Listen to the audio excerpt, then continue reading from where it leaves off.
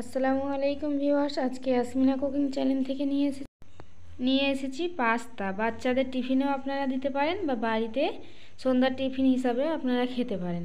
তার জন্য আমি 150 গ্রাম পাস্তা নিয়েছি। একটি পাত্রে পানি ফুটাতে দিয়েছিলাম। পানি ফুটে যেতে পাস্তাগুলো দিয়ে দিয়েছি। দিয়ে 2-3 মিনিট পর্যন্ত ফুটিয়ে নেব। পাস্তা সিদ্ধ হয়ে যাবে এবং কিছু গাজর কুচি অ্যাড করে দেব। গাজরটাও ভালোভাবে সিদ্ধ হয়ে যাবে। খুব সহজেই 5 মিনিটে আপনারা তৈরি করতে পারবেন পাস্তা।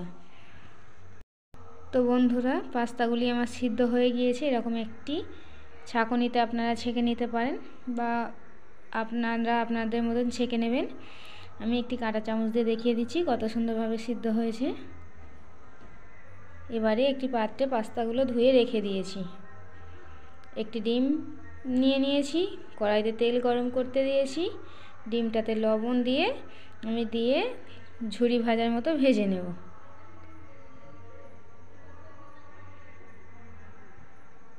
ভালো করে নেড়ে নেড়ে হাতা দিয়ে ভেজে নেব। এভাবে ভেজে নেবেন ডিমটা।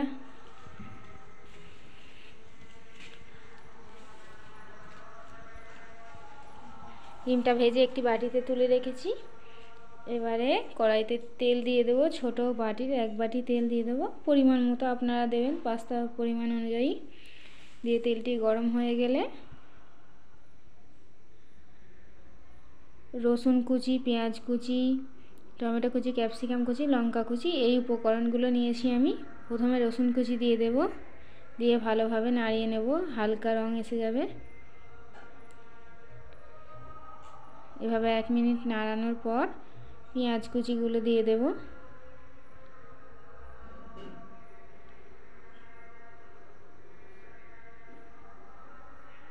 পেঁয়াজ কুচিগুলো দিয়ে আবারও নাড়িয়ে নেব। নিয়ে টমেটো কুচি দিয়ে দেব।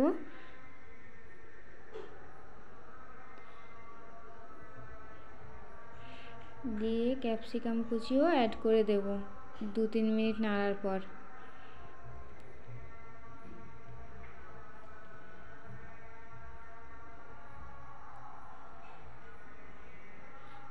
এভাবে কিছুক্ষণ নাড়াতে থাকবো যতক্ষণ না সবজিগুলো হালকাভাবে সিদ্ধ হয়ে যাচ্ছে।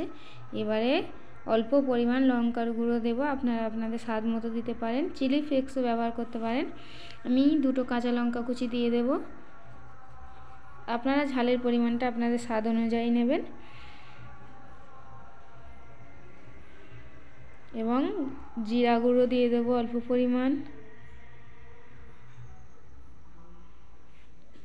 সয়া সস দিয়ে দেব 1 চা চামচ। দিয়ে ভালো করে নাড়িয়ে নেব। সবজিগুলো আর কাঁচা নেই, দেখতেই পাচ্ছেন। এবারে পাস্তাগুলো দিয়ে দেব। দিয়ে ভালোভাবে নাড়িয়ে নেব চারিদিক থেকে। একটার গায়ে একটা পাস্তা কিন্তু লেগে নেই। দেখুন কত সুন্দরভাবে ছেড়ে ছেড়ে যাচ্ছে।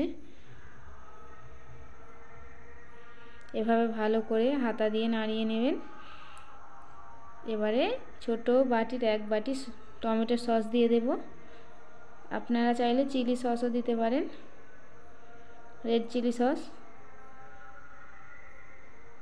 এবারে ডিমটাও দিয়ে দেবো, ভেজে রাখা ডিম দিয়ে দেবো। দিয়ে ভালো করে নাড়িয়ে নিলেই তৈরি পাস্তা। খুব সহজেই 5 মিনিটে আপনাদের বাচ্চাদের টিফিনের জন্য ব্যবহার করতে পারেন। তো বন্ধুরা, আমার ভিডিও যদি ভালো লেগে থাকে লাইক, কমেন্ট, শেয়ার এবং সাবস্ক্রাইব করে দেবেন এবং কমেন্ট করে জানাবেন আপনাদের ভিডিওটি কেমন লাগলো।